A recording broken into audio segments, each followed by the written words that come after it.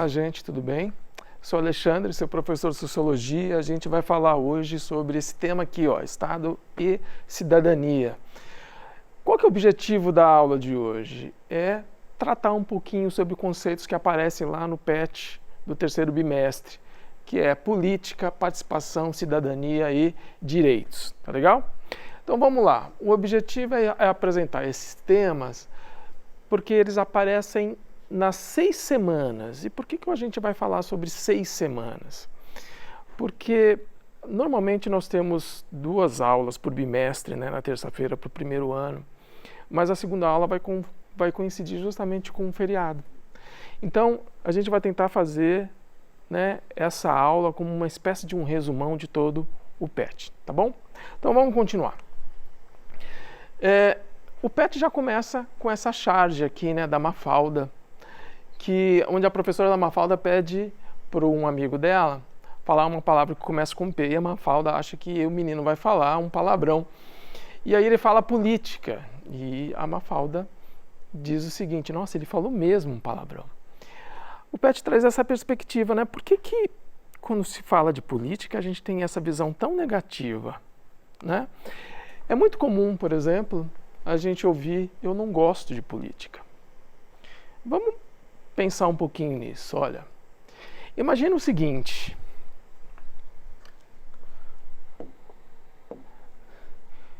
tem as pessoas que gostam de política, mas tem aquelas pessoas que não gostam e tem os indiferentes. Qual que é o problema disso?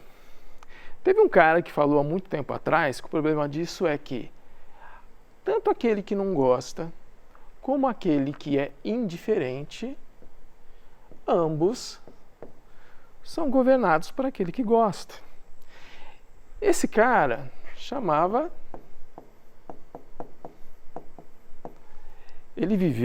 Platão viveu há mais de 2 milênios e parece que até hoje a gente não aprendeu ainda qual que é a importância disso daqui. Então, o PET traz essa questão: o que é efetivamente política? E aí diz o seguinte: olha, política é tudo aquilo que de uma forma ou de outra influencia e impacta as pessoas. Então existe a perspectiva de que política não é só aquilo que é institucional, tem a ver com os governos, com os estados, com os prefeitos, tem a ver com a política cotidiana, do dia a dia, das relações que nós temos. O que acontece no nosso condomínio, no nosso prédio, na nossa rua, na escola, a maneira com que nós lidamos com as outras pessoas, se impacta, se influencia, é política. E aí, o PET traz essa frase, né, do Bertolt Brecht, que vai dizer sobre o analfabeto político, que é aquele que não quer saber de política, que não ouve, que não fala, que não participa dos acontecimentos políticos. Essa pessoa, ela não sabe que o custo de vida, que o preço do feijão, do peixe, da farinha, do aluguel, do sapato e do remédio depende das decisões políticas. Tudo que de uma forma ou de outra acontece na nossa vida tem a ver com política. E a partir do momento que a gente diz que somos indiferentes a isso, não gostamos, a gente deixa com que tudo que aconteça na nossa vida aconteça sem a gente participar dela. Olha só, o PET traz esse exercício para a gente, né, de tentar, será que a gente entende um pouquinho dessa noção política? De instituição, política institucional, que a gente chama.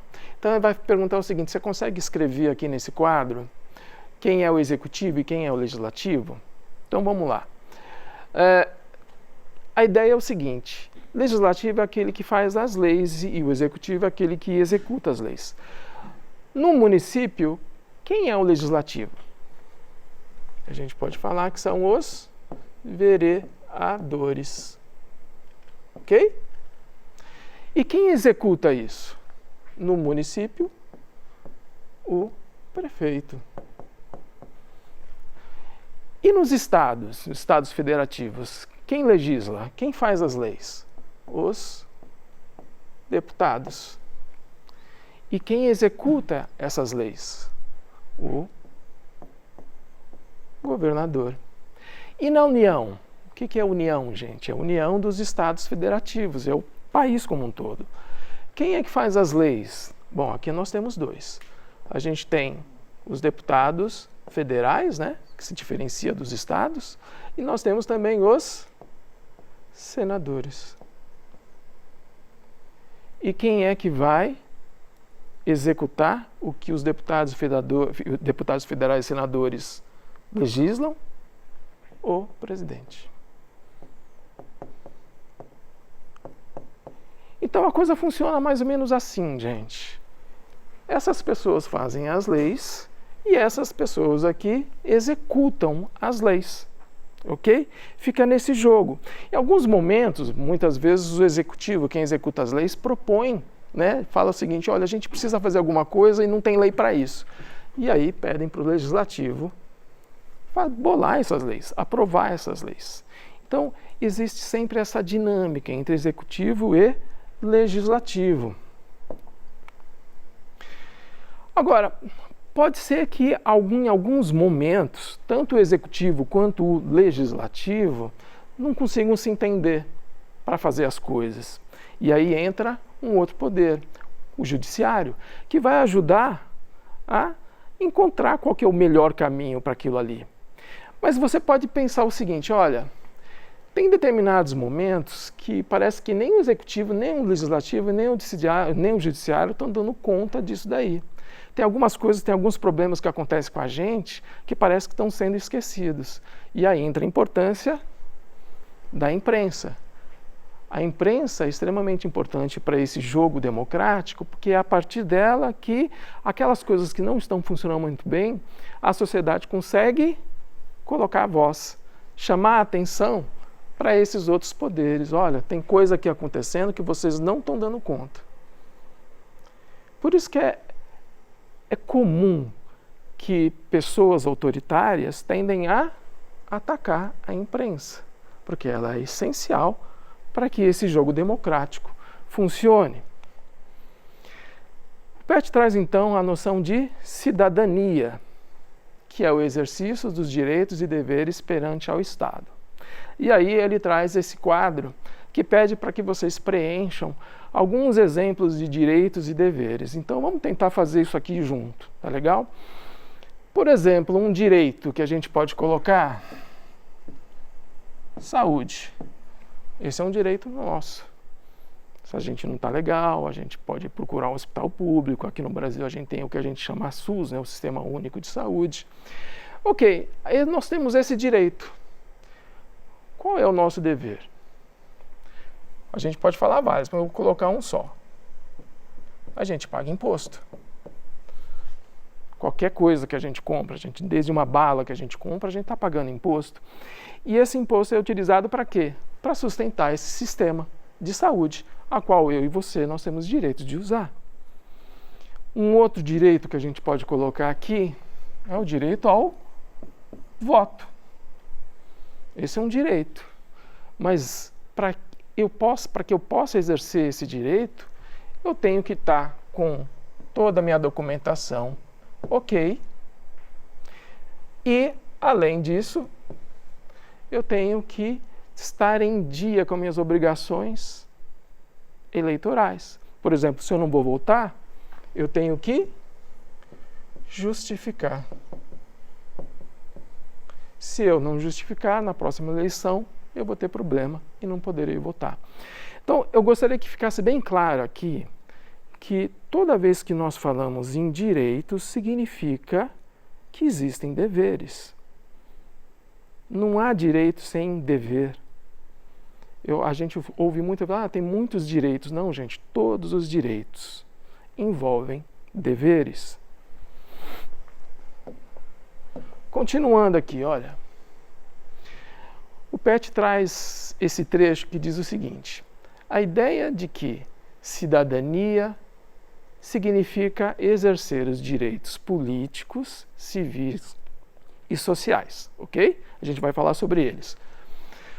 Mas presta atenção aqui, diz o seguinte: cada um desses direitos foi reconhecido em um período histórico.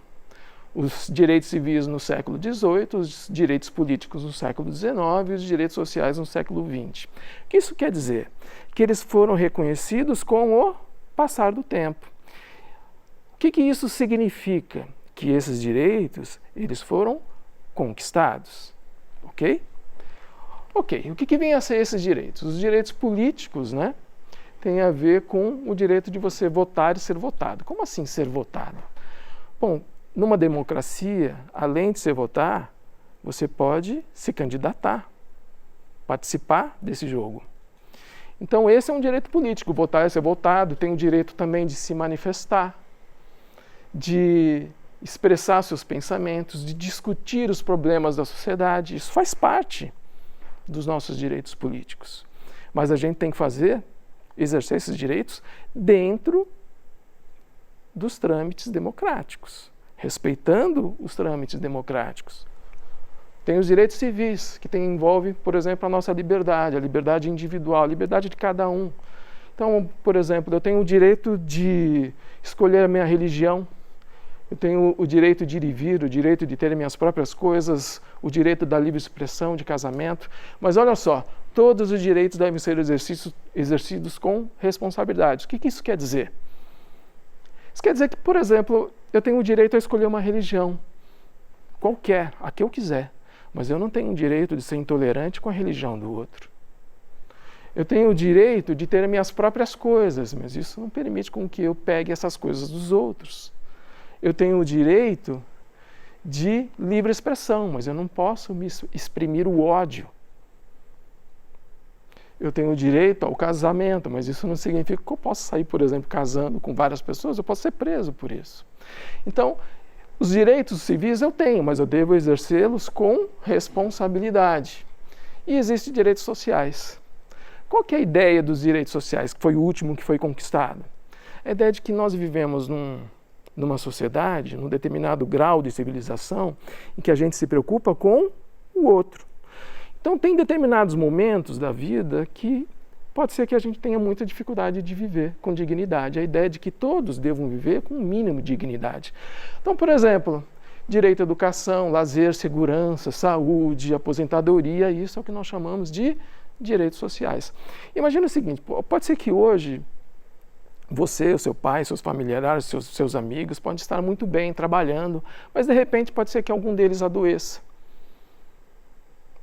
E aí existe então a possibilidade de você ter direito à saúde, à segurança. Já pensou se cada um tivesse que pagar, se tivesse que pagar sua própria segurança particular? Não.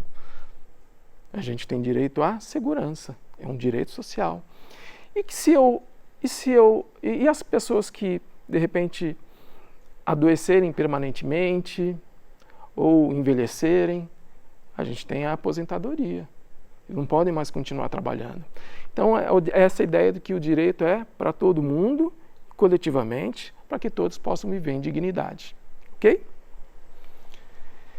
E aí o PET vai falar justamente dessa ideia de conquista e de buscar garantir os direitos que já foram conquistados. Olha só, a cidadania está em permanente processo de construção e a todo momento se torna necessário lutar pela garantia dos direitos adquiridos constitucionalmente. E para isso ele vai chamar a atenção dos sindicatos e dos movimentos sociais, que são uma forma da sociedade se organizar para conquistar e garantir esses direitos. Então, olha só, você pode até, de repente, hoje a gente escuta muitas vezes algumas pessoas fazendo crítica aos sindicatos. Você pode até criticar algumas decisões dos sindicatos, a maneira da luta deles, mas daí achar que eles não são importantes é desconsiderar todos os direitos que se conquistou nos últimos séculos. Há 200 anos atrás, tinha criança de 3 anos trabalhando em fábrica. Pessoas trabalhando 20 horas por dia, sem nenhum tipo de direito.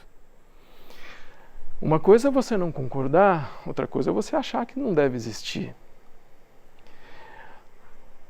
Os movimentos sociais também são importantes. É a maneira com que nós nos organizamos socialmente e nos expressamos. E dentro desses movimentos sociais, muitas vezes eles são antagônicos entre si. Mas isso é importante, porque isso é uma riqueza para a democracia. O problema é quando nós temos movimentos que pregam a eliminação do outro, como movimentos supremacistas, por exemplo. Então aqui o PET, ele termina a semana falando sobre esse ciclo de políticas públicas, que é o fato da gente participar delas, né? Como que a gente pode mudar as coisas à nossa volta. Então eu peguei esse quadro que está lá no PET da semana 6, vamos tentar imaginar o seguinte: a gente vai começar por aqui, identificando um problema público. Vamos imaginar a seguinte situação: uma determinada região de Minas Gerais, as pessoas que moram e trabalham aqui naquela região têm pouco acesso à saúde, porque não tem hospital, não tem médico, não tem nada ali naquela região. Então aqui a gente tem o primeiro passo, a gente identificou um problema. Depois, o que a gente vai fazer? A gente precisa incluir isso na agenda pública. O que isso significa? Que a gente precisa discutir esse problema com os vereadores, com o prefeito, com o governo, com os empresários, com a sociedade de maneira geral. Para quê? Para que a gente possa encontrar soluções. No meio dessas soluções, muitas coisas vão aparecer. Vai ter gente que vai falar, olha, vamos construir o hospital. Vai ter gente que vai falar, olha, vamos construir o UPA. Vai ter gente que vai falar, vamos construir uma ponte, porque aí essa população ela tem mais acesso aos hospitais da outra cidade e por aí vai. Bom, de posse das soluções, a gente vai para o próximo passo. A gente precisa decidir qual delas a gente vai implementar. Nesse exemplo aqui, a gente pode dizer assim, olha, vamos colocar o UPA, tá legal? A decisão é fazer uma UPA lá. A partir dessa decisão, a gente precisa o quê? Planejar a execução. Em que terreno vai ser? Em que lugar? Qual que é o tamanho dessa UPA? Quantas pessoas eu preciso contratar? Quantos médicos? Quantos enfermeiros? Quais equipamentos? Quanto que isso vai custar? A partir daí, desse planejamento, eu vou para o próximo passo, que é implementar essa política pública. A UPA está ali, está sendo construída. E essa implementação, ela precisa ser o quê? Monitorada. Por quê? Porque se trata de uma política pública e tudo precisa ser bem feito às claras e transparentes. A partir do momento que, nesse exemplo, a UPA está funcionando, a gente vai para o último passo, que é avaliar, saber se está ok. E nessa avaliação, a gente pode chegar à seguinte conclusão: olha, essa UPA foi muito importante para essa população, ajudou demais. Mas aquela população tem uma especificidade. A maioria dos trabalhadores trabalham, sei lá, com carvão. E essa UPA ela não tem equipamentos e nem médicos especializados em doenças pulmonares. Aí o que acontece? Identificamos um novo problema. E aí começa novamente esse ciclo de política pública. Bom, gente, nós falamos aqui uma aula que foi um resumão de todo as 6 semanas. Obviamente que eu não consigo dar conta de tudo isso nessa aula, mas eu vou repetir aqui para vocês o que eu sempre falo para vocês no final das aulas de terça-feira, que as aulas de sexta aqui, né, são as aulas de Enem, elas são baseadas no PET do primeiro e do terceiro ano.